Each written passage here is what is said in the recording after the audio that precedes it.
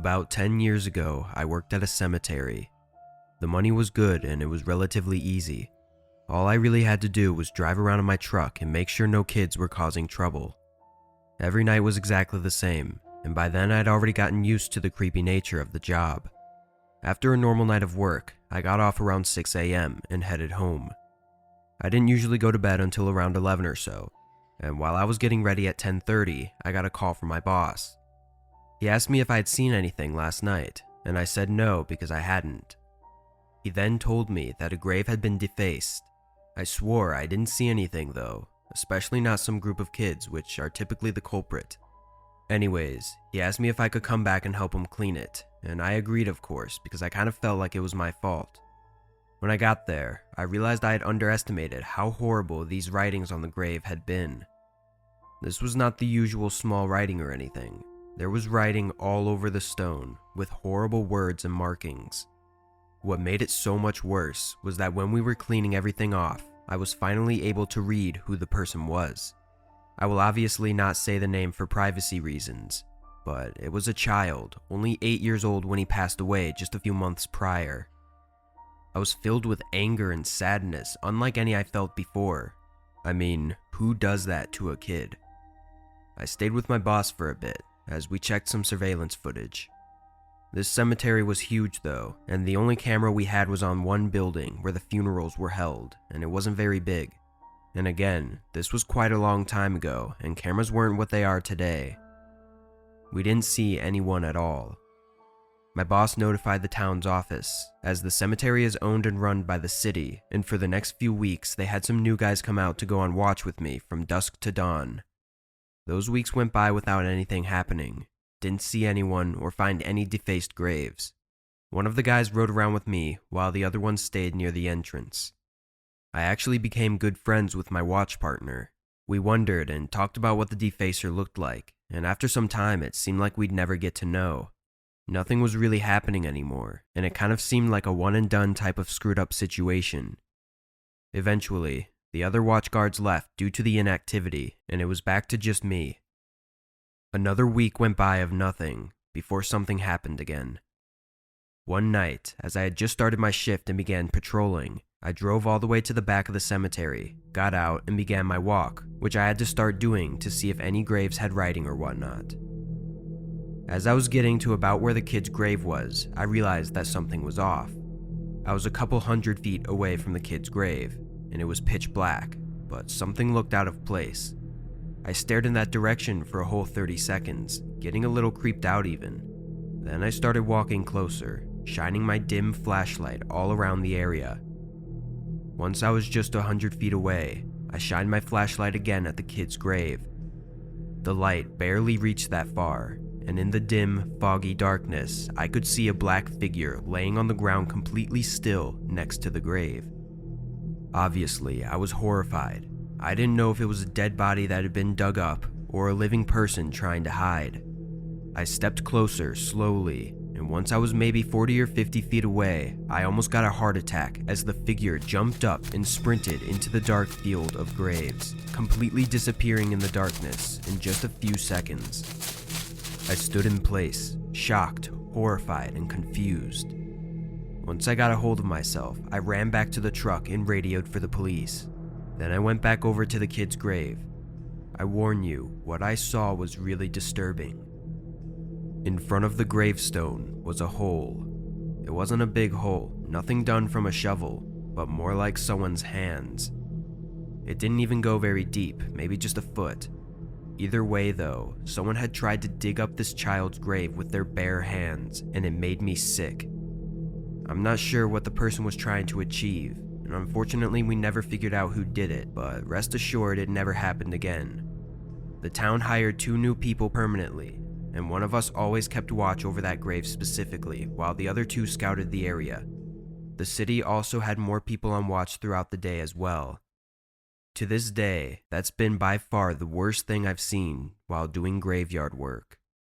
No ghosts, no creatures, just horrible human beings.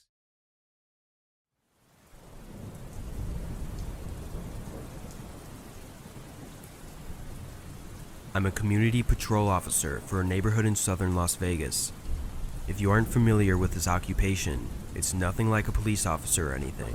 I'm just a regular 25-year-old that drives a small patrol vehicle around nice neighborhoods to make the residents feel safer. It's a pretty common thing around here, since there's a lot of rich neighborhoods right next to a violent city. On my patrols, I have to also report specific community violations. For instance, some housing communities require bushes to be trimmed every week, so if I see an overgrown bush, I have to report it and leave a note at the residence. It's petty, and I personally find it weird that people like to live in neighborhoods like that, but it gives me a job, so I can't complain too much. Anyway, I primarily work 8 p.m. to 3 a.m. It's an odd shift, but that's just how they schedule for some reason. I'd never seen anything strange before this incident. The only things I'd ever really see were groups of teenagers doing dumb shit at the parks at 1 a.m. But last week, I had something happen that was beyond disturbing, and I can't stop thinking about it. I was doing my regular patrol, which was a specific route we had to take during the middle, beginning, and end of our shifts. This was my mid-shift patrol, so it was about 10 p.m. and pretty quiet outside. During the drive, I have to check the community pools to make sure they are locked for the night. I pulled into the small parking lot and walked over to the gate. I quickly walked inside and checked the pool area to make sure nobody was still inside, then went back out and locked it. As I made my way over to my car, I noticed a hooded man sitting on one of the park benches not far from where I was. Both of his hands were in his pockets, and he seemed to just be staring at the ground. Honestly, I thought this dude was just waiting for his drug dealer or something, but I didn't know, nor did I really care. I got back in my car and continued on with my route. The community is large, and the routes take probably an hour to complete with no traffic. By the time I finished, it was just about midnight. For the next little bit, all I had to do was drive around the neighborhoods. I mindlessly moved the car through the streets for a while, before finding myself back by the pool, to which I noticed that the man was no longer sitting on the bench. I slowed the car a bit, looking around the sidewalks in the park purely out of curiosity, but I didn't see him anywhere. Not thinking much of it, I kept on. As I drove past the dark, empty park, I couldn't help but get an uneasy sense going through me.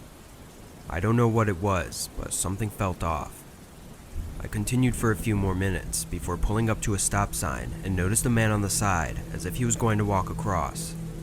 After a few seconds, I recognized him as the same hooded man from earlier. He slowly made his way across, but stopped halfway and turned to face me. Being only a few feet away, he quickly walked up to my window, trying to ask me something. I cracked the window slightly, and the man quickly asked me where a specific address was. Of course, I said I didn't know. Sure, I could have looked it up or given him a general direction, but the circumstances of the situation felt very off. Even more oddly, he didn't even have any emotion or response when I said I didn't know. He just stood in silence for a second, then repeated his question, exactly as he said it before. This was when I really started to get nervous and feel unsafe. I told him I needed to leave, quickly rolling up my window and beginning to move forward. The man didn't do anything as I drove off. Looking in my rearview mirror, he was just standing there in the middle of the road watching me drive away. I parked down by a nearby street by one of the houses, then collected my thoughts.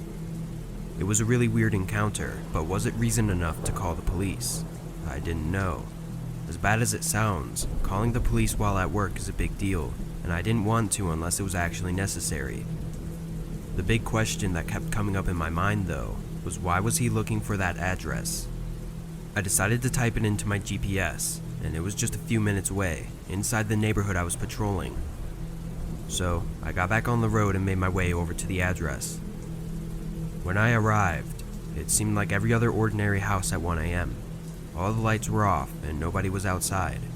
I parked on the other side of the street and waited for a bit, but not even 30 seconds later, the hooded man came into sight, walking down the sidewalk towards the house. I watched from my car as he walked up their driveway and up to their front door. He knocked a few times, then waited for a while before knocking again. Almost a whole minute went by before someone answered the door.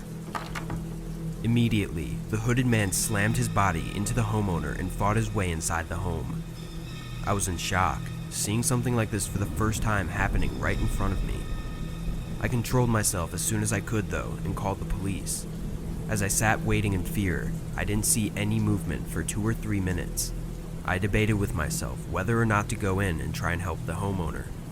Honestly though, I was terrified and didn't want to make an already horrible situation even worse, so I stayed in my car.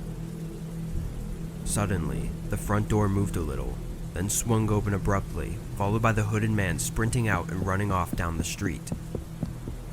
The police didn't arrive until almost 10 minutes later. I don't know what took so long. I'm sure it wasn't anyone's fault, but part of me was furious. By then, the man was long gone, and the homeowner was laying inside, having been beaten so hard that he was unconscious.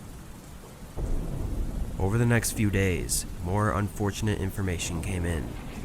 The homeowner didn't recognize the man from anywhere, and barely even remembered the situation, but the guy also didn't steal anything from his house. This was very unusual, because the man had clearly known of the homeowner's address, and his only known goal was to hurt the homeowner. Thus, it didn't make much sense for the suspect to not be someone he knew.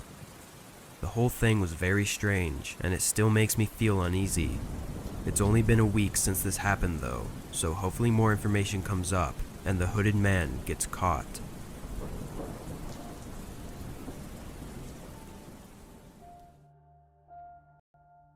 I had recently graduated when this occurred a few years ago, and was taking full advantage of my summer vacation.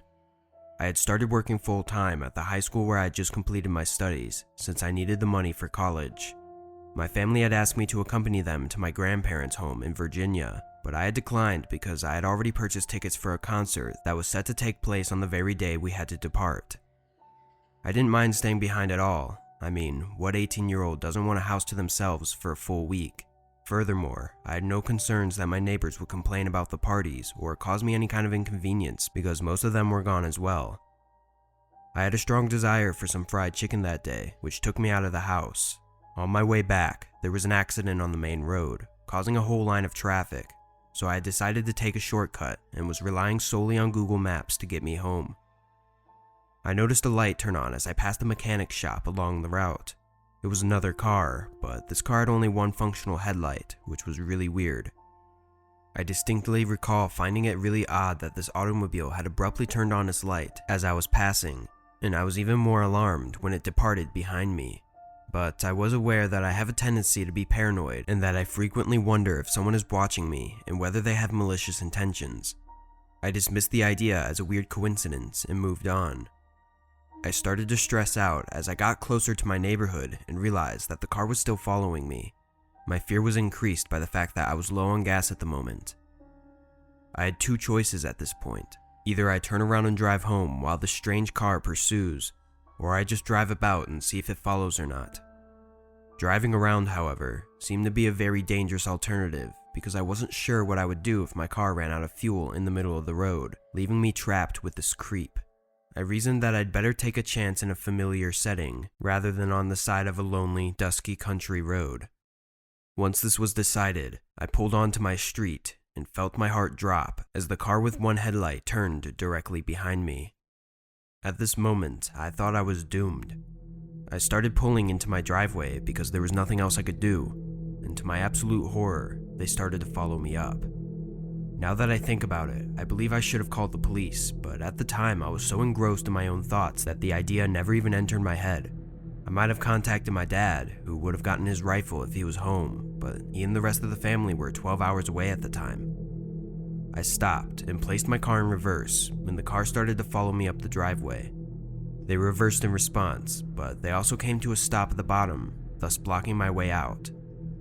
I started moving forward again, but everything just kept repeating.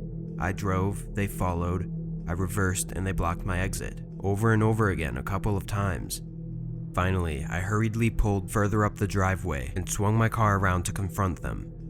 They had already covered more than half of my driveway by this point. I was afraid, alone, and furious.